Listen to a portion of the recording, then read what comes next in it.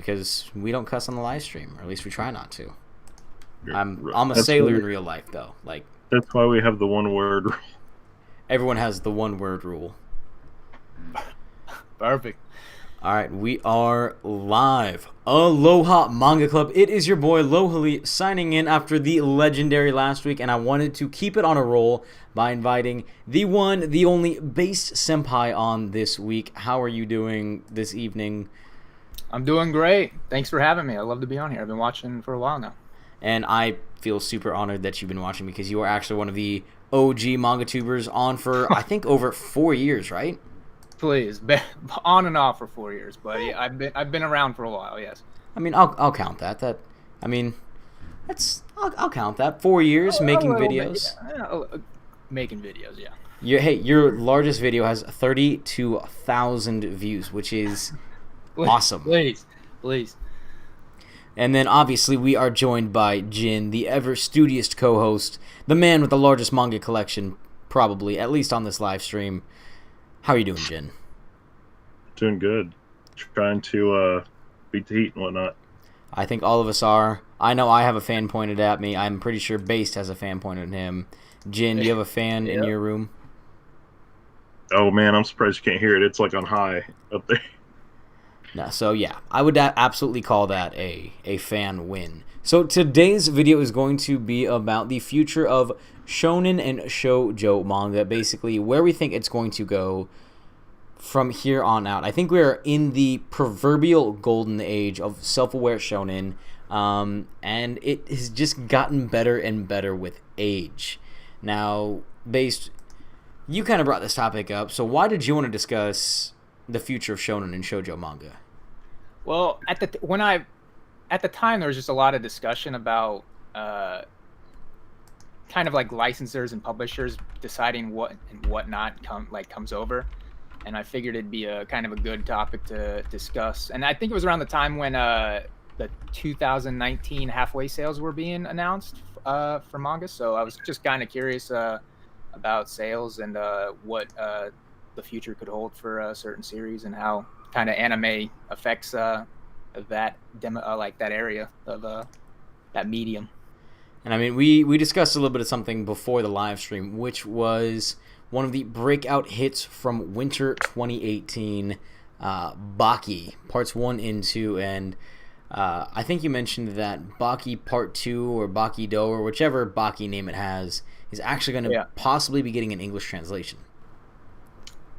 Like the second part, though, the Netflix adaptation is technically it's being digitally published right now. I think they're on like 32 volumes out of like 35, but it's this part 2, and part 1's kind of really hard to find. So I don't know what they're gonna do. I think they should, release the first part, but for some reason they just aren't doing it because the anime is obviously, I don't know, decades old. Yeah, the first anime came out in Jin. Do you remember when the first anime came out? No, I'd never even heard of Baki till it came on Netflix. It has to be like early 2000s. I think it was 1990s. I think it was 1999 to between 99 and 2001. I've actually seen a couple different versions of it, and I should have bought them because they just look so cool. Of the anime for sale at Half Price Books, and it was both disc set 1 and disc set 2, and I contemplated myself. I was like, should I get this? And now I'm regretting it because Baki's been something so intrinsic in my life for fighting manga that it's so good, so good. It doesn't need to tell a well thought out story because the action is so fluid, but it still tells a fun story. Oh yeah, I love it. It's a great series. The anime adaptation is wild. Some crazy over the top. I don't know. They like shoot themselves in the mouth and laugh, and there's just some weirdos. That's for sure. Oh right. It's crazy. They're like taking grenades in the abs and stuff. It's just way over the top, but it's like kind of, besides the over the topness, it's kind of stays true to like the martial arts aspect of it, like muscle damage and stuff. It's like it takes everything and cranks it up just to like that little bit above 11, where they do things that you're like, that's not possible, but it might be. Yeah, it's like Street Fighter when you're like, oh yeah, they threw a punch, they threw a kick. That totally makes sense. And then it's like, here comes the Hadoken and all this other stuff, and you're like, oh no. Well, I guess that works, you know. That's one thing that I really did appreciate about the original Baki is it didn't use like key attacks to really get anybody. It used the author tried to use legitimate science to explain things, even though it wasn't legitimate science. Right. And then they got to the end of one of the parts, and they had a real fight over a fake dinner, which was. I think it's pretty much like Mortal Kombat, the anime. How like over the top Mortal Kombat is, like people getting like stabbed in the eyes, but still like able to see. It's just right. I check it out. It's kind of crazy. What'd you do? I rolled my eyes sideways, and so it didn't hit my retina, so I can still see out of it, but it's red. That it's wild. Actually does seem like something that would happen in that. So I was just watching through, I believe it was your June manga haul, and you brought up something that you said is going to be the threshold and for shonen manga in the future, and I think it's a good place to start our discussion for the future, because we just talked about something that's technically the past, so let's start to look towards the future and the present. And you pulled out volume number 18 or 19 of My Hero Academia. 19. And you said that this is going to be the threshold that you judge shonen by in the future. Why is that? My Hero Academia, it has obviously a lot of tropes, but I think the main appeal of it is the fast pacing. Like when you get One Piece, like you get all that character development, but I believe at like chapter 200 in One Piece, you're just getting done with Alabaster or like the crocodile, I believe, the main villain. That sounds about right. Chapter 200 was right around, yeah. 200 in My Hero Academia, the amount of character development is kind of, I think in my opinion, it dwarfs One Piece just in that little time span, just because of the pacing. But I think obviously One Piece overall just kind of has great character development throughout the whole series. I don't think My Hero Academia is technically better than One Piece, but I just think the pacing going forward is what is going to be the main appeal for these new Shonen Jump titles. I mean, absolutely. Taking One Piece into account, I'd consider that the very first stepping. Actually, I'll consider Dragon Ball Z the very first stepping stone in modern shonen manga. Like that very first, the style has started to grow into its own and all that. But the new generation was really kicked off by One Piece. A lot of authors are now saying, like, man, I was reading Oda when I was like 15, drawing manga in my parents' room. I was like, dude, you're 35. What? Like, yeah. I think that a lot of future manga is going to be inspired by My Hero Academia, just like a lot of current are inspired by One Piece. Though that is if it's like the little comic that it has like Naruto and everybody, and they're like telling like Midoriya or Deku, they're like, here, we're passing you the torch.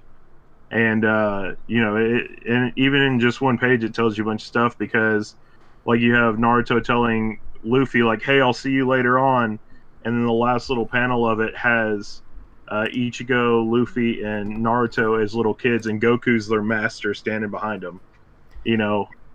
That's probably one of my favorite little out of the box things that people came up with, because you get to see how it's been handed off, They've actually done that before with Toriko. They had Goku, Luffy, and I think it was just Goku and Luffy doing it. But we all know how that turned out. Even though I love Toriko personally. Honestly, Toriko is so over the top and ridiculous. Like anyone who hates Toriko, they're like, "Oh, it's a terrible shonen." I was like, "This is exactly what shonen manga is supposed to be. Like ridiculous, over the top fights." I think it's underrated. Absolutely. Right. Like the ending was one of the most insane boss fights I have seen out of any manga, and I have seen a lot of insane boss fights. Like Can we talk about that smooth transition where he was like, "Hey kids, draw me your favorite like food that you would make up, or an animal or whatever, and I'll put it in my manga." I was like, You're having like your fans do half the work. What the hell? Yeah, he did that. I remember that. Yeah. Brilliant artistry move. He's like, I don't want to create everything. You guys come up with some stuff that you want to see, and I might put it in. And he totally did. But this building block of My Hero Academia, what has it done right, and what do you think that future manga can learn from My Hero Academia to become better? I think it has some tones that are maybe a little bit more darker, not necessarily as dark as The Promised Neverland, but definitely some more darker tones than One Piece is. I know One Piece does cover some stuff, but I mean, in the first chapter of My Hero Academia, you have a Bakugo telling Deku to jump off the roof. You have Abuser in Endeavor. You just have a lot of, I guess, emotional baggage in My Hero Academia, it seems, and I think it benefits from the fast pace. Absolutely. The only thing that I always bring up with My Hero Academia is I think that they did Bakugo's character dirty in that very first chapter. They did, yeah. Because every other chapter since then, like everything that I've seen from Bakugo, he would never, as much as he hates Deku, he would never tell somebody to go kill themselves because it doesn't align with his hero ideals. Even in that same chapter, he doesn't want to go to a pachinko parlor, which would be fine for him to go to, because he's like, no, that would reflect badly. And bullying Deku would also be one of those things that could reflect badly. He's hot-headed, he's tempered, but and as much of a jerk as he is, he does not encourage violence for violence sake. That's true. Horikoshi even came out and admitted that he felt kind of bad for doing that in the first chapter, and then obviously you never saw it again. Yeah, like I said, and I greatly appreciate that he did that.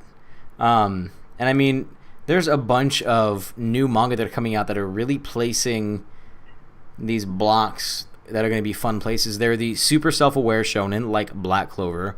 They're the really inventive, creative, non-battle typical ones, like The Promised Neverland, and obviously My Hero Academia, which is now flowing into My Villain Academia, where they now are focusing on the motives of the bad guys. Yeah, I really am enjoying the current arc, even though I don't know, I really enjoy My Hero Academia. So I think the only thing that I'd say about the new arc of My Hero Academia is I feel like it's both dragging on too long, but also not going in depth enough for the characters. It's developing them, like every single chapter is one hero, except for I don't think we've gotten who's the lizard. What's the lizard man's name again? Spinner. Yeah, Spinner. Spinner. And I think his chapter is going to be next. I think he's going to kind of turn into a good guy, or he's kind of turn his back, because I think the villain team is kind of going a little too crazy.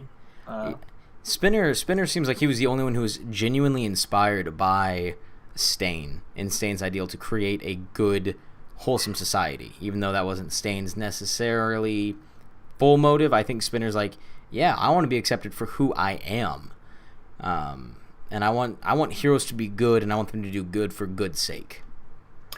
Well, a lot of it comes from, I think Weekly Shonen Jump got a new editor, maybe 2 or 3 years ago, and ever since then, series is kind of, those long burning series like One Piece don't exist really anymore. It's all fast paced. I think the longest My Hero Academia chapter was 40 volumes, and even Horikoshi, thought it was too long.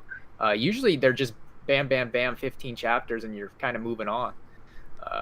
Which kind of, it's been helping the magazine. So it has. I think with the uptick, like One Piece, I love it to death. Again, one of my favorites.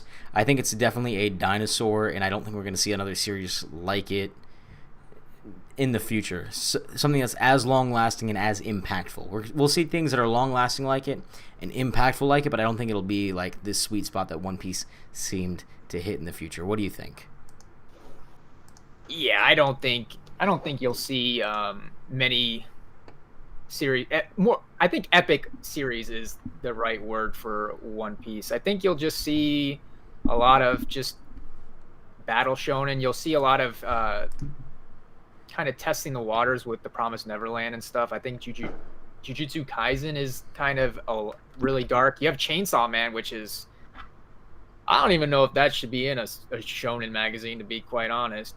But Hey, they're trying new stuff. A couple stuff's failing. I think obviously Food Wars just got canceled.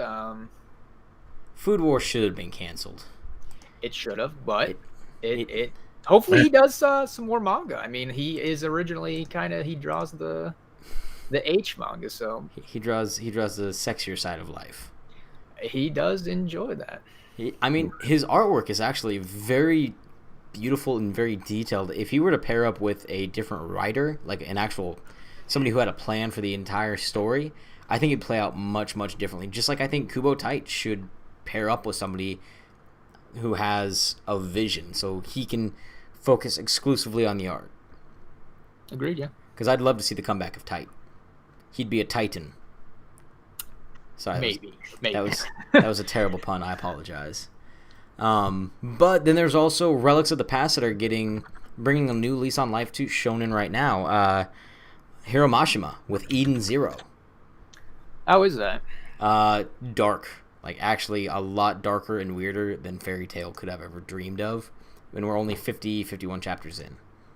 I read the first 2 chapters and I was kind of on that Fairy Tail. I was just kind of over Fairy Tail, and then I see the same looking characters. Granted, I didn't get much of their personalities at the time, but I just saw how they looked the same, and I was like, ugh, it's gonna be another Fairy Tail. But I mean, if you're saying it's dark, I may give it a shot in another 50 chapters if it continues to.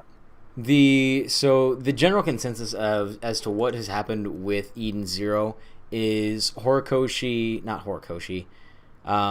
Mashima did the first 2 volumes, or the first arc really, to help transition people from Fairy Tail closer to his original style with Rave Master, which was a little bit darker, a little bit more battle centric. And he did that as a bridge, as a gap. So starting around volume 3, I really enjoyed it starting from chapter 1, but that whole bridge is going to try to bring people in and make it popular. And I think that was a great choice. But there was they're asking a lot of existential questions, what does it take to be a person? Within the first few chapters, his whole world is dead. Everyone that he knew is gone. It does take a little bit of getting used to, but then there's some super dark, weird stuff that happens, sexual slavery, kidnapping, that kind of stuff. It got strange. I'll check it out. Some other people have been recommending it to me, so there's so much shonen coming out. It's kind of overwhelming. I mean, if you were to create a list of your top 5 shonen, and Jin, this is obviously going to apply to you, that are currently going on that you think everyone needs to put on their, TBRs, what do you think you would do for right now? You want to go first, Jin, or you want me to go? Oh man, you can go first. You're both looking at your shelves. Okay, so I think I would recommend My Hero Academia #1. I'm not going to count One Piece in this because I think everyone kind of, it's the big 3. I think everyone should experience it at some point. But I think Kaguya-sama is a good, even though it's seinen, it's in a seinen magazine targeted towards older office ladies, but it's written as a shonen. I'm just going to say it's a shonen. I think people should check that one out. Haikyuu is a phenomenal volleyball series. I've been following it for quite some time. I'm biased to Black Clover as well. Promised Neverland, probably. I think it's the other top series. Oh, and Seven Deadly Sins has ended, but no, it didn't. Well, isn't it about to? It false flagged us. It false flagged everybody. It's not. Oh my. All right. So maybe we'll throw in Seven Deadly Sins, even though I don't know what else they could probably do with it. To be honest, think about who they haven't fought yet. Which creature they have not fought. I haven't read the last arc, but I know who they fight. So I don't even. God. Yeah, I was like, they're like, in conclusion part 1, and then in conclusion part 4, they just dropped a literal bomb on everybody's like, by the way, you thought it was over? You were dead wrong. It's horrible. Seven Deadly Sins is one of those series where I like the supporting characters more than the main character. I really love Escanor. I think he's such a cool character. And Ban's obviously pretty cool too. Right. Those are my 2 favorite characters too. Yeah, can't go wrong with Escanor. How about you, Jen? I like the backstory for Arthur that came out of it because it was a good twist on the whole Arthur thing. Anyway, I think I'm right on that volume, to be honest. But yeah, I can't. Arthur's a cool character too. All right, so Jin, what are your top 5? Come on. You've got like 12 in your mind right now. I can see them just flowing through I your do, head. but I'm like sitting there, and I'm like, is that a seinen or is it a shonen? Damn it. That's my one. I would say Ultraman. From their Sig line, like it.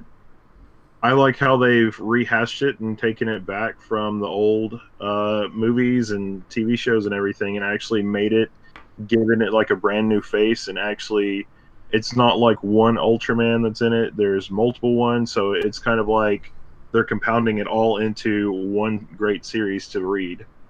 Um, I have to agree with base on Black Clover and My Hero Academia. Um, I'd say Golden Kamuy. Oh wait, for sure. Yeah, I mean Golden Kamuy is one of those. Like I'm like 3 volumes behind on it, and every time I look at it, I'm kind of like, should I cry that I'm not like caught up to date? Because it's such a good series. Uh, and then I would say, oh man, there are like a lot of good ones. Problem is, a lot of stuff's ending too. Attack on Titan's ending. Yeah. What else is ending? Yeah. I feel like there was more, but maybe there's not. Yeah, Hour of the Zombie is ending soon. I mean, I get like I won't look if they're ending or not, and then I'll get the book and I'll start looking at it and I'll be like, "This is ending? Dang it!"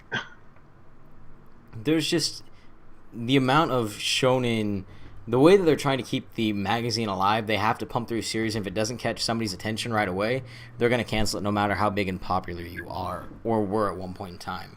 Yeah. A great example being right now, I think it's called Samurai 8, Legend of the Hero. Ooh. Oh, I'm glad that we're about. Have you read a few chapters of that yet? Nope. It's. I usually let them sit for a while, but I don't know. I don't know about that one. I'm a huge Naruto fanboy, but I don't know if I'm gonna touch that one. I'm gonna put my obviously slightly non-controversial opinion out there. I don't like the artwork. The artwork is not like, it's distinctive, but it's not distinctive in the right way. Everything is soft and round compared to Naruto's like a little bit more, I don't want to say hard edge style, but compared to that early to mid 2000s style. You're saying it should be classified as shoujo? No.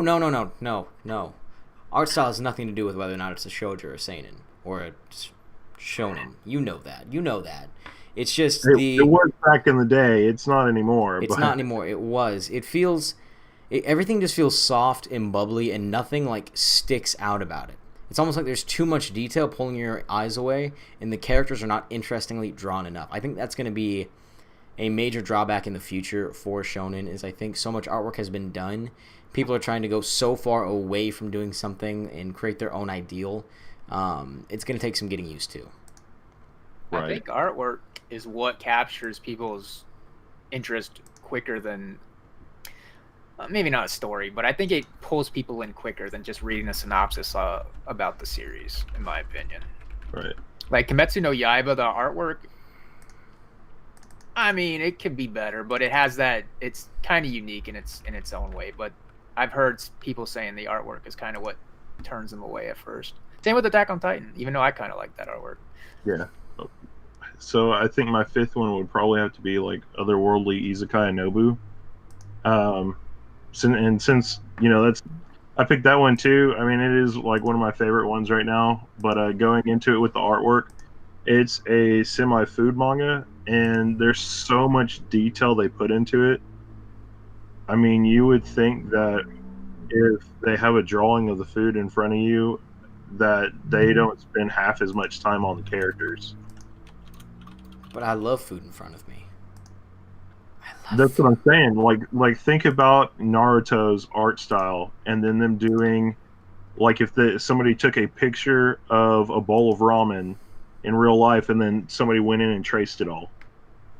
You know, put the shading on it perfectly, like everything, and you were like, I really want to eat this page out of the book. You know, that's kind of what that one does. Like the food just looks spectacular. Yeah, absolutely. And I like well drawn food. Obviously, Toriko's done that to me. Right. I guess I should probably give the 5 shonen manga that I think that you should absolutely be reading that are continuing series. Obviously, I'm gonna shill out Eden Zero. I think it's amazing. Hinamaru Zumo, I think, is probably one of the best non-English translated sports manga that is around right now, and I hope that someday it does become licensed. It probably won't, but I hope it does. And it does romance right and naturally, in my opinion, or at least more natural as a boy-focused shonen can. Dr. Stone is an absolute must. The team of just the people behind it care about it so much, and it shows, and it's just a lot of fun. Hajime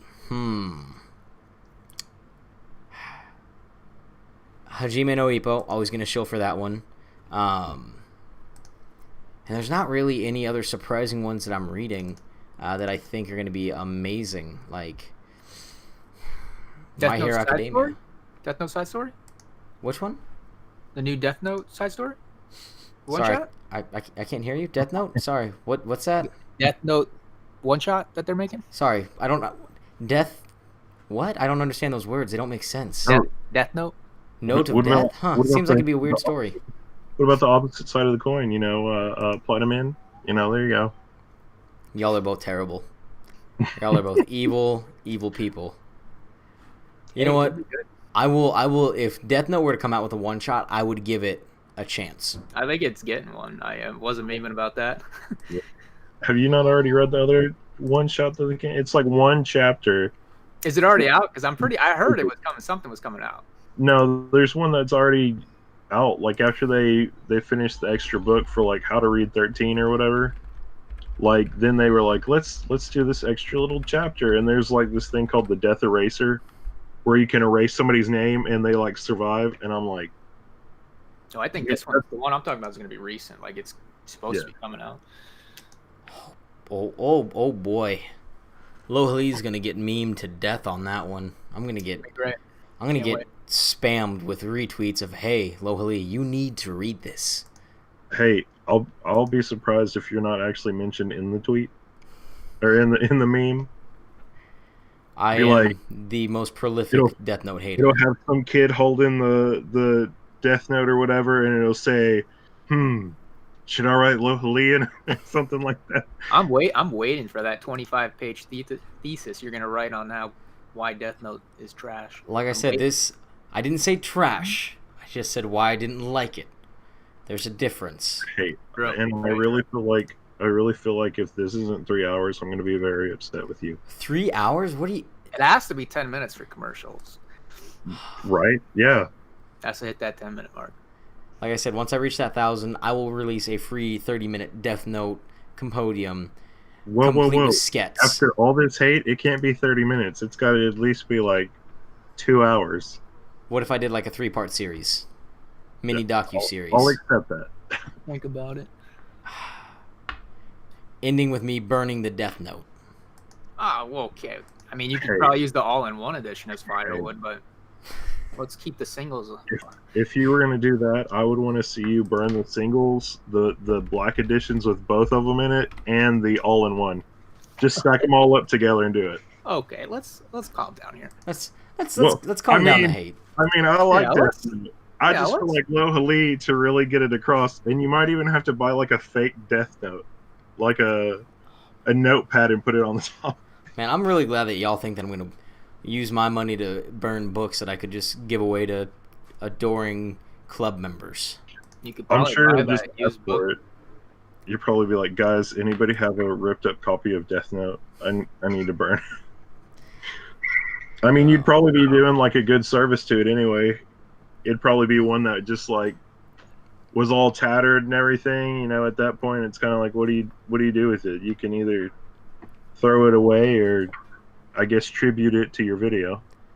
Maybe. I'll think about it.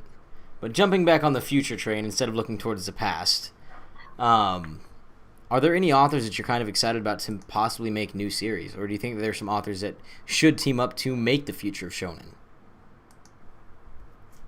I know, tough questions. Oh man, I mean, we've asked the second part of it before. I know. Isn't the author of Magi doing something right now? I don't know what she's doing. Yeah.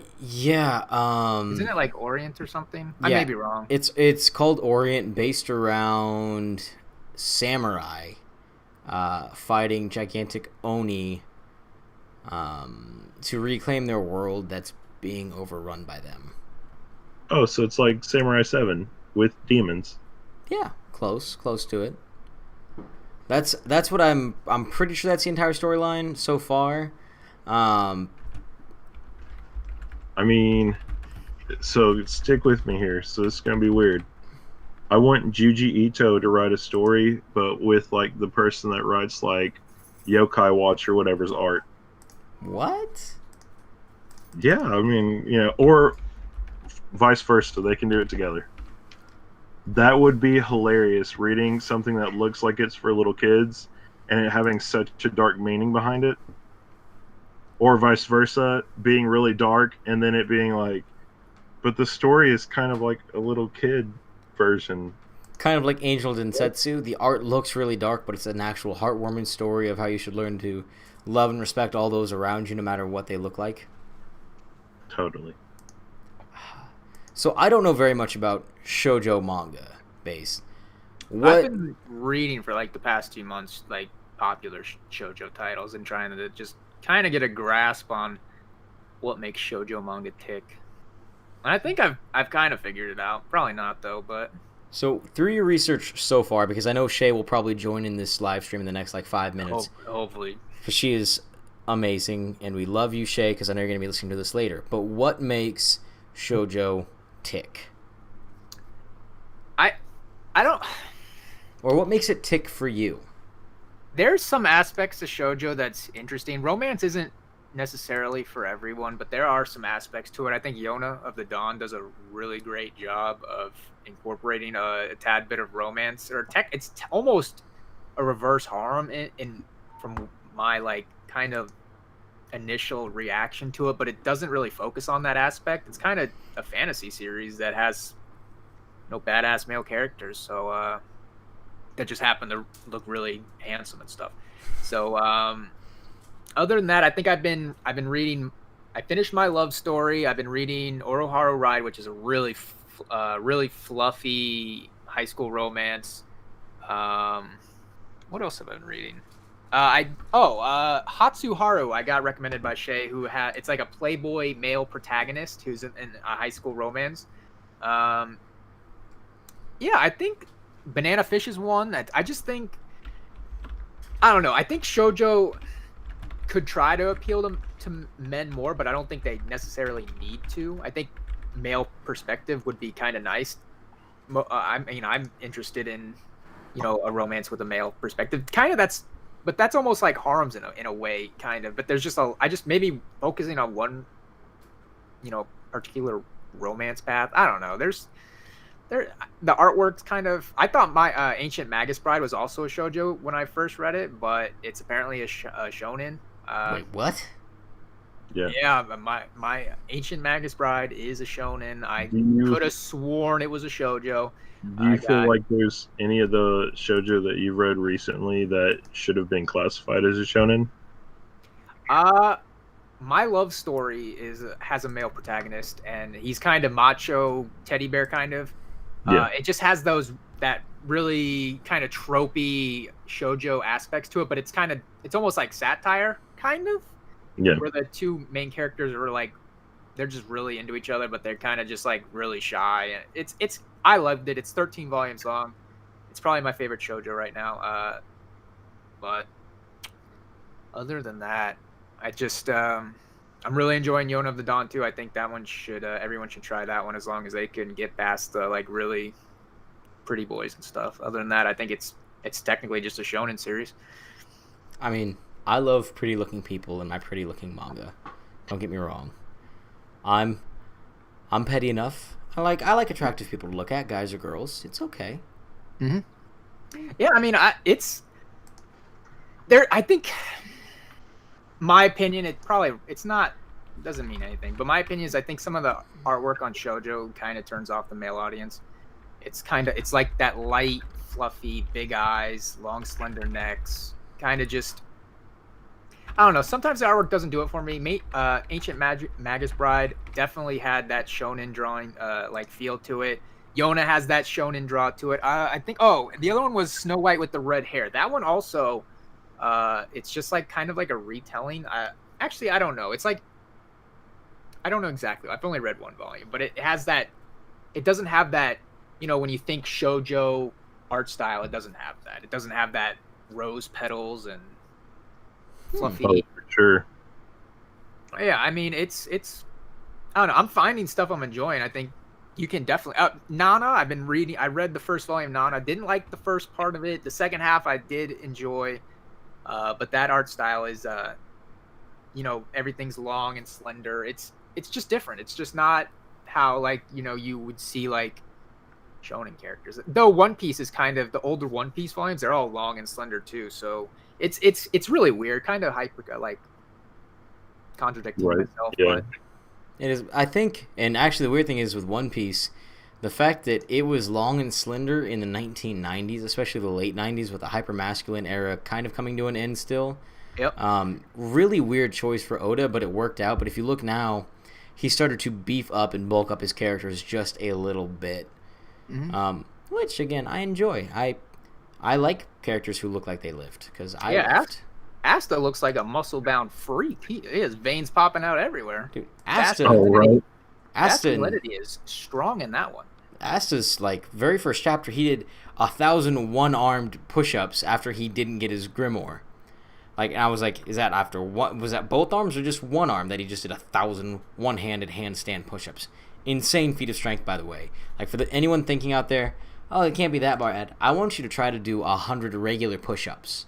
And I want you to increase the difficulty by doing them above your head like that, no wall, and then just use one arm. It's 1,000 is an insane amount. Right, or even 10 like fingertips. Just ridiculous.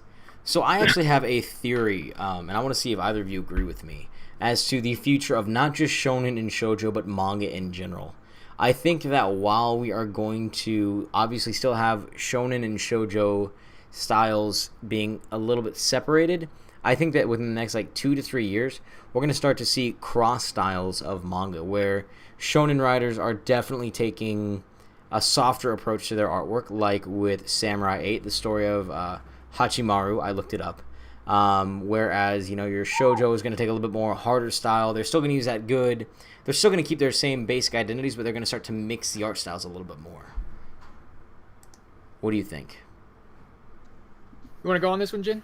I think mine's going to be. Oh, yeah. I mean, for sure, I totally think that people are going to sit there and start mixing them, because people are going to start saying, hey, well, this one used to be considered, you know, more of a girly way of drawing something, and somebody's going to really like it and say, well, let me do it that way, you know. Kind of like what we talked about with it being fluffy and all the characters being really long and slender. And I mean, you know, I used to feel like a staple for it was almost all the characters kind of looked the same. You know, you might have like 3 different character designs in a shonen or a shoujo, and if you weren't paying enough attention, you could lose which character was which. But yeah, I totally see people picking up different art styles and saying, I like this one better, I'm going to do this, and I'm a shonen artist or a shoujo artist, and, you know, doing the reverse side of it, you know. I feel like a really good thing of that is with Berserk. One of his assistants actually did Wolfsman, and it does have a more feminine appeal to it, but then it has that Berserk like action style of, hey, this person's getting a sword in their throat or whatever. So I mean, you have it built up where even though it is kind of more softer, it has that grittiness to it still in parts.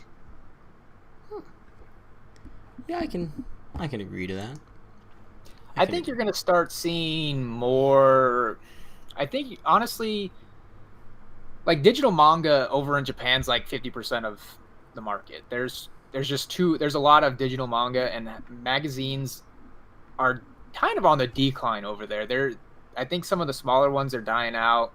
I think you're going to see maybe more like, I don't know, variety in magazines. Like, I think you're going to, I don't know, you'll see maybe some more shoujo manga in shonen, and maybe some seinen magazines, some of the bigger ones at least. I know, like I said, with Kaguya-sama, that's in a seinen magazine with, I believe, Gantz, like Tokyo Ghoul, some other like dark series, but it's just aimed at, the author said it was aimed at like female office workers. I mean, and obviously it's one of the most popular series they have in their magazines. So I just think that you're gonna see kind of blending the genres between the magazines, because it's gonna kind of step away from that.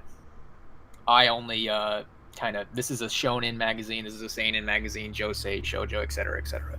So that's kind of where I think it's gonna go. But who knows? It could just get rid of magazines altogether and just go digital. I mean, all digital all the time. The bane of any manga collector's existence. Physical copies, anyway. I can't. Oh, because the problem is a lot of shoujo manga gets brought over here in digital form, and as a collector, I don't want digital manga. I have a bookcase. I'm dedicated to collecting manga. I want to collect it in print. I can see why people get outraged when their favorite series is on digital, and Right. there's no sign, and there's just no indication that it's ever going to be released in print. So of course you understand. Like, I mean, I get salty over Baki not getting a print release, but what am I going to do? I'm not going to go complain on Twitter. I mean, you could. I mean, I very well could, but I just feel like you can do other things. Right. I mean, still support your favorite series as long as if they see that people are interested in it, they may give it a physical release at some point in time. Just they had there was like a anime con. What was it called? Yeah. What was it today? There's something today. Project Anime 2019. They released a ton of information about, like, once you license the series, you're dedicated to selling every single volume, even if you're losing money. That's why you see some series, like I think Yamada is the last volume is a 2-in-1. Like, that's why you see those 2-in-1s, because it's just not, they're just not selling, but they have to keep publishing it because of the license, because they lose money if they didn't. Right. I mean, would there be a different way to print manga, do you think, to make it so that they could sell series easier? The problem is it's the license, and that's what costs the money. I don't think publishing these books takes money, like a lot of money. I don't think Viz's standard edition isn't like a money drain, but some of these smaller companies, they have to jack up their prices to like get a really nice like hardcovers. Like I think we were talking in the Discord about Wandering Sun having problems getting finished because the volumes are so expensive, but the interest is so low, and then they just can't sell it. So yeah. I don't know. I think the future is like anime is gonna dictate the sales. It has been for the past few years. I think you take the quintessential quintuplets that anime just aired last season, and it jacked up the manga sales by, I think it sold 3 million copies in like 5 months, which is ridiculous, and it just had a above average anime adaptation. So man, I don't know. I think anime is the key to what gets. Obviously, it's the key to what gets licensed over here. Hopefully, just it continues the quality. Instead of like those Black Clover and Naruto and One Piece, hopefully we get stuff like Yaiba, Fire Force, My Hero Academia, just studios that care about the animation and just want to put out a good product instead of kind of just raking in weekly. And again, that's talking about dinosaurs at the time. I'm surprised. Like, I wish that the One Piece anime had been picked up years later. I know it sounds really, really weird to say, but I wish that a studio other than Toei had picked it up, because they decided to run with it as a weekly series instead of a, seasonal series, which is, I think, I mean, imagine how good the quality of One Piece would be if it was seasonal as opposed to. See, what Studio Bones did, how they set it up was like they do 12, 24 episode seasons.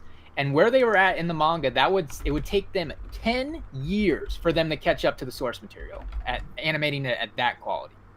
Instead of, having to deal with all these fillers. I mean, you'll get like maybe one filler, possibly two per My Hero Academia season, but I think it's movie like promos and stuff like that. But One Piece and Naruto and Bleach, you'll get just full arcs.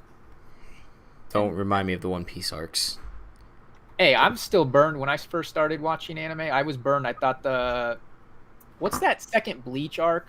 Not the Soul Society. What's the Bound? I think it's the Bound. Yeah. I thought that was when I bought the manga. I was like, "Where's the Bound arc?" Like, but that's an example of an actually not terribly done filler arc. True. That's why I think it was done so well where I thought it was. That fourth one with the little snail creatures that attached to your Zompak toe. Good God. Hated that. Though oddly enough, for being the least popular out of the big three, Bleach did have some of the better filler. True. I think it did. I think towards the end, Naruto had it beat with like the origin stories, like with Kakashi and stuff. I thought those were some of the best fillers they've ever done. But I thought the Kakashi origin story, because I know they did that in the manga. They did like a 13 episode season of just his whole origin story, which was really well done. That sounds so dope, and I don't know how I missed that because Kakashi. It started when he was born, and then it kind of went through the whole Abu Black Ops, and then just everything. How he like. I wonder if it went through like his, how they made the Kakashi and the Shikamaru books, where it's actually like a. It may have done novel. that. But I don't think that novel could. They maybe stretched that novel out 13 episodes, and if they did, good job on them. But right. I mean, they stretched The Hobbit out into 3 movies. Hey, we they won't talk do a about lot that. of things these days. I've never seen Lord of the Rings, so I watch it once every 3 years because that's all that I can afford to do mentally because it's so draining to watch. I can't even get through The Hobbit. I don't blame you. I don't like all the extra stuff they added into it. The filler is what kills it. Filler kills it while Bleach saves it. Do you think there's going to be another big 3 for Shonen, actually? Thinking about Bleach. Sorry, I know, random question. I think there was at a time. I think if I had to do one, I think it would have been Attack on Titan, Seven Deadly Sins, and My Hero Academia, probably from like 2015 to like 2017. That was the only time in like 10 years One Piece has been on the top of all like the halfway point in total sales, and only one time it's been beaten, and it was by the Seven Deadly Sins. Believe it or not. Which makes no sense. Seven Deadly Sins was really popular at one point. I don't know when it did get super popular, but it at the halfway point in like maybe 2016, it outsold One Piece. I think that would have been the after effect of the anime release on Netflix. Probably. I don't know what happened, but it's always been Attack on Titan. It's been Seven Deadly Sins, and it's been like My Hero Academia and then Haikyuu. But Haikyuu's a sports manga. Is it? Can we count that? Probably, but I love it. So I don't know. I think it's Attack on Titan, Seven Deadly Sins, and like My Hero Academia. Unfortunately, I think that's what it would be if I had to make one. I don't think it's current. I don't think that's it right now, but probably a few years back, that's what it was, in my opinion. What do you think, Jin? I totally think. I don't think we necessarily have a big 3. I just feel like there hasn't been another series rear its head to get into it, except for My Hero Academia. And now that they've had I call it assistant series, which is like vigilantes for it.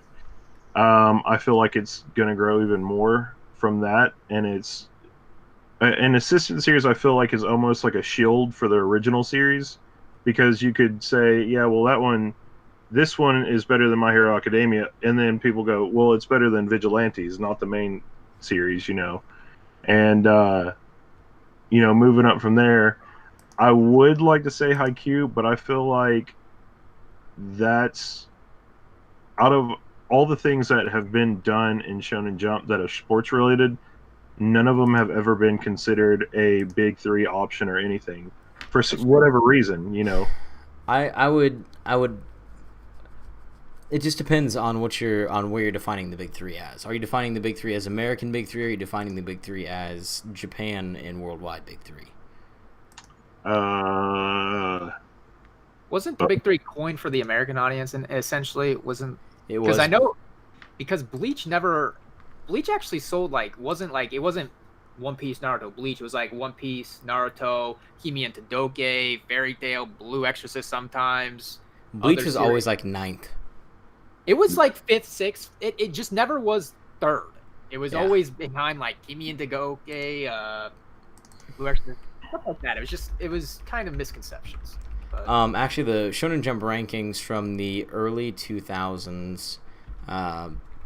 You want me to pull out the books? No, because those actually monthly are more geared towards the American audience, whereas the actual like pure Shonen Jump rankings from like 2003, oddly enough, One Piece. So in volume 52, because this is the end of the year, volume 52, it was One Piece, Buso Renkin, Bleach was number 5. In volume 51 for that year, Naruto and Eye Shield 21. So oddly enough, in Japan, sports mangas actually do fairly well. Eye Shield 21 was usually within the top 5. In fact, it was number 1, and it competed with Prince of Tennis at the same time. Sports manga is so weird because it does do well in Japan. I think when they re-released those Slam Dunk limited editions, or those 2-in-1s, those really nice ones, I think it was like one of the best sellers last year, and that was like I wasn't expecting that, but it just sold so well. But it doesn't translate to the U.S. market or the Western audience for some reason. I think sports manga is just kind of niche over here almost. Which is really, you'd think that something like, again, Slam Dunk, which is about basketball, Eye Shield 21, which is about football, you think that those two at least would have been able to maybe grab a hold. American football. Yeah. Sorry. not soccer football. Yeah. But for sure. It's just really interesting how they've gone through and really how the shonen landscape has changed. And I mean, we could literally spend hours talking about where we were in the 1970s, Ashita no Joe, Astro Boy in the 50s, Fist of the North Star in the 80s, Dragon Ball in the 80s. Like, these building blocks have started to build up and up and up and up in basically an ideal sort of way for where we're going to start to head in the future. And it's just absolutely amazing, and I think it's absolutely great that we're able to go ahead and attack that kind of stuff. But that's just kind of, I think we could spend an entire episode talking about the past of manga as well. Mm-hmm. Yeah. Sure.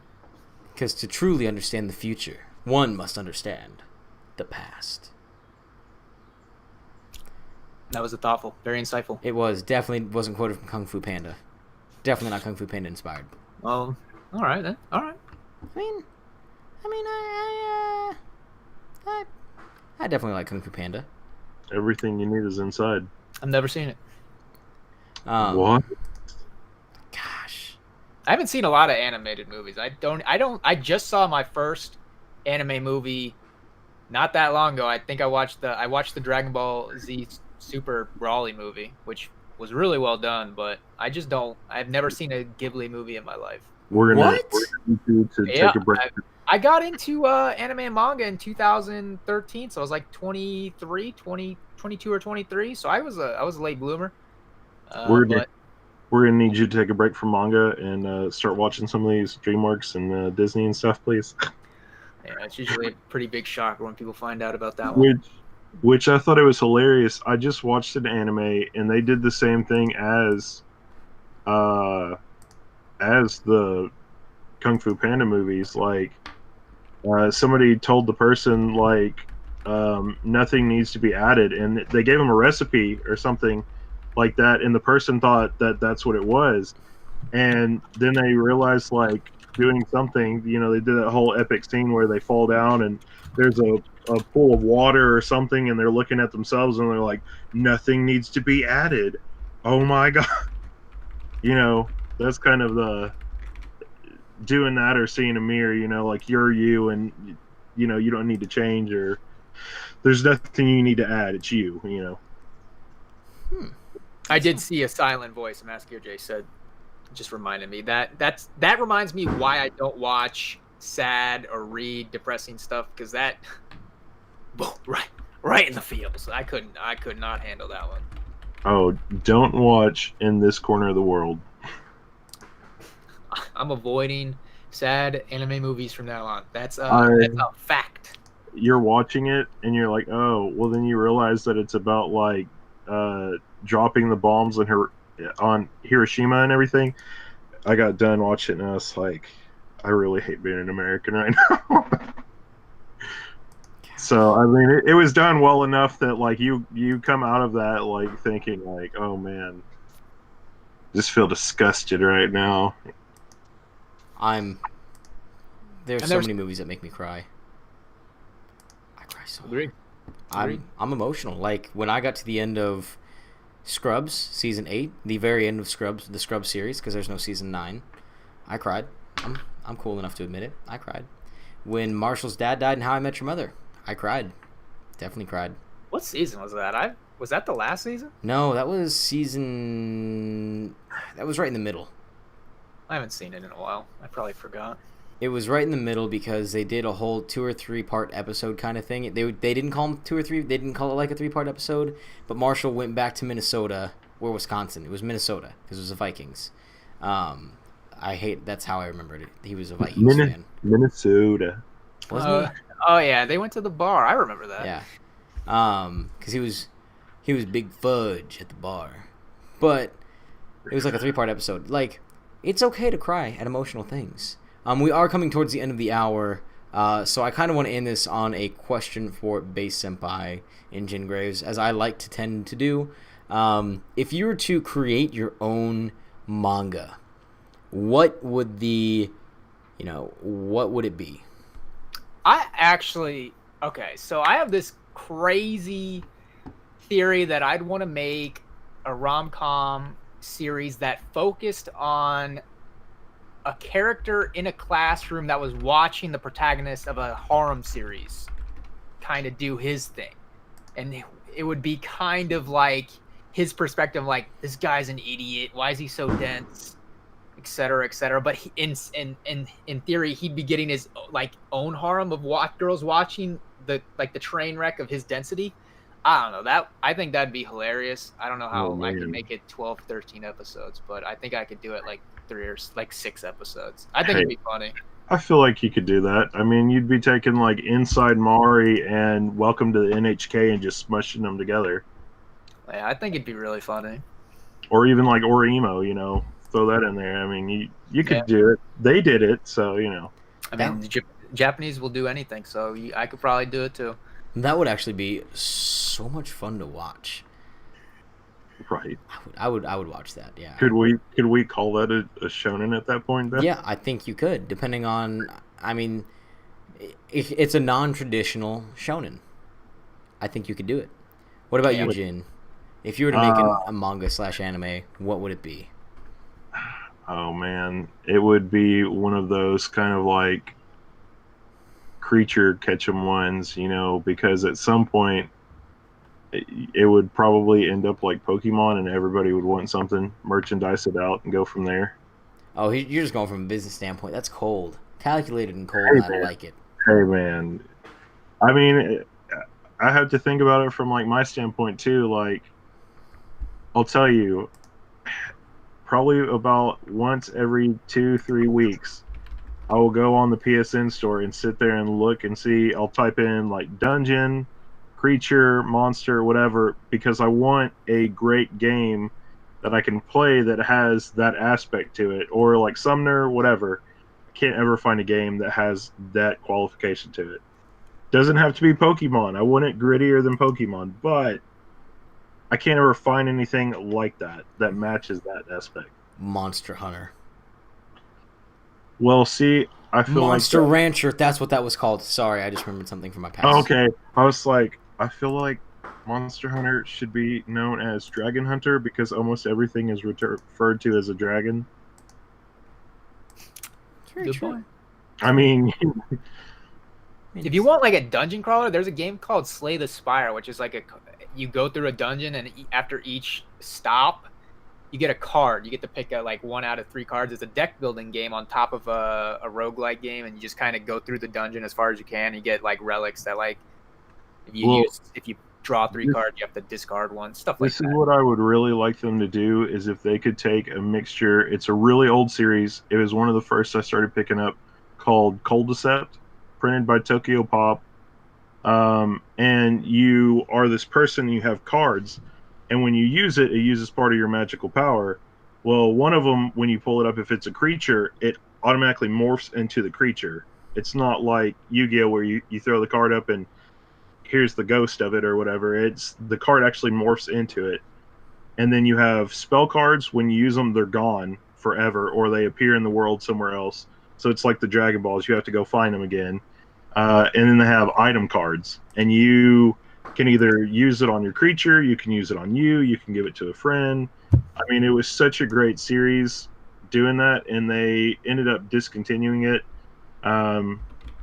But like the 5th volume was hard to find, and it was like we're going to a new world, we're doing more stuff, and I was like, this is stupid, I hate this. But the first volume of that is probably one of my favorite because you get the mixture of all 3 of those good, and it could almost stand alone by itself. Interesting. Very interesting. If I were to make... See, now I'm trying to remember. You distracted me from actually creating my own manga/anime. Hey, if you want to, all 3 of us can just go in and, make our own. Make it together, We'll put all the aspects we want. I'll create a title for mine. I'll create all the characters. Somebody else has got to do the writing. I'll get too bored with it. See, we could do mine and bases by it not just being a guy watching hentai, but it could be like almost like Monster Girl or Monster Guy hentai, and he has cards for him or something like that. See, you're like, how did you do that? If I, yeah. See, look, that's all you do. That's all you do. You grow it out from there. Oh, I mean, I don't know about that, but we can talk about it. We'll let you know about my agent. My agent will get in touch with your agent. We'll figure it out. Maybe, I don't know. Probably not. But we'll see. It could be interesting. Luckily. So for my manga, I would create one. I need you to talk to your agent for me because you're my agent. Hey, agent, can we do that? No, your agent says no. So if I was gonna create a manga, I'd create one with a. This is gonna sound very, very dumb and very, very petty, but we don't have any like legitimate like long-haired like MCs that are just like average looking. They're all like super pretty boys that kind of look like girls. You're like, is that a girl? And then you're like, no, that's a guy. So I want one with like a long-haired male protagonist because I want somebody that's easy to cosplay, first of all. So definitely selfish reasons. But I would like a horror rom-com. Like Shaun of the Dead mixed with Good Luck Chuck. I may have... Okay, so have you ever heard of a series called Sankareya? I have not. It's a rom-com of a guy who resurrects a girl and takes care of her zombie body. Oh, you know about that one, Lohali. It's Sankarai the Undying. I have never read that. Yeah, but he I've read resurrects that, a girl, and that's all that counts. Yeah, he has to take care of her dead body, and it's like a romance comedy, and there's like some harem aspects to it. But he just takes care of this dead girl who's rotting, and it's kind of it's interesting. It's definitely interesting. It's like 11 volumes. Yes, and it's very weird. short. It's weird as hell. But it's he's good. It's good. funny. It's just the kid's taking care of a zombie that's fully functional, like human-wise. But she's just obviously like her arm falls off, and he doesn't know what to do. And then he's like, I have to get good at sewing. I how do I help her change her clothes? I gotta get. Can she do it by herself? I have to get this Like- poison ivy. The dog's, the cat's now a zombie too. What do I do? Right. It's hilarious. And then the father is all like, they have to keep it hidden, so he stores her in like the closet. It's hilarious, but it's obviously pretty weird too. So check it out. Check out a volume or two. They're probably pretty cheap. All right, I might have to look into that. But we are at the end of the show, unfortunately. I'm keeping it close to 1 hour because we're all dying of heat exhaustion here. So, Base, first of all, I want to thank you so much for being on. Hey, no problem. Thanks a lot. I really appreciate it. First time of hopefully many. And just so if anyone's looking for him, in the description down below, I have a link to Base Sempai's channel. Go and check him out. But what is coming up for you in the future for YouTube, for anything that you want us to know about? If I make a video, you'll probably see it on Twitter. I'm stealing your thunder. I got a couple out of print used titles coming this July. So stay tuned for that. But other than that, I'm just gonna continue my shoujo journey, and yeah, that's about it. Or just random titles that I normally wouldn't check out, because I mean I have all the shonen I'm currently reading. So yeah, I appreciate for having me on though. And it again, a pleasure for having you on. Jin, what do you got coming up next? Oh man, this whole month I have community challenge stuff. I know you do. Right? Hopefully everybody's enjoying that. We're only on like day 3. Day 3. But, yeah. Yeah, we have that. We have some other videos coming out. Hopefully, some more hauls pretty soon. And yeah, I mean, just a lot of good stuff. Trying to hit that 500 mark. So if you guys see some more videos about me trying to throw my soul out there to pay for these 500 subs. Yeah, get this man to 500. I think I'm at. No, all right, never mind. We're good. I didn't want to bring it up on the channel, but we're good. Never mind. Forget it. But yeah, I'm trying to get to that because we have some sponsorships pending that I've made the deal that I have to get to 500 first. There's one for me and Lohali in there, one for me and the Dadcast. A lot of stuff happens at 500, so that's what we're kind of waiting on. Yeah, and it'll be good. We're excited. We're all excited. It's going to be a good time. And there's some updates to the channel coming in that I'm holding off until 500 too. So. Ooh. And Nice. as for myself, obviously I'm going to have my Friday video out as per normal. And I am going to try to get the live stream podcast audio out on, all the normal things.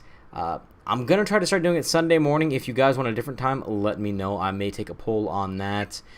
This coming Monday, I was talked into doing a tier challenge by Alon Z, so that is going to be a lot of fun. I've never done anything like that. So we're going to get my opinions on a bunch of different things. Next week, we're actually going to be joined by our good, amazing friend, Shay Geeks Out, which I am always pumped for. And just in general, we're going to stay tuned and we're going to keep pumping along with the Manga Club because this is an amazing place, where we can grow, where we can have friends, where we can do a bunch of different random stuff. And I get to make fun of Jin every now and then. Love you, buddy. Can't wait for that Death Note one-shot. Hey, you know what? Like I said, if the Death Note one-shot comes out, I will do a live stream of me reacting to it, honestly, as best I can, ready for all of you. That way, there's no thoughts about lies in my system. It's just all first takes, and then. But yeah, I'm pretty excited. Like I said, look forward to the rest of the month. What if the Death Note one-shot was the Death Note thing that was in Bakuman? That would be pretty funny. That would actually be kind of cool. I'd enjoy that. But anyway, thank you for everyone new and old. Welcome and welcome back. It's your boy Lohali, and I will see you next podcast.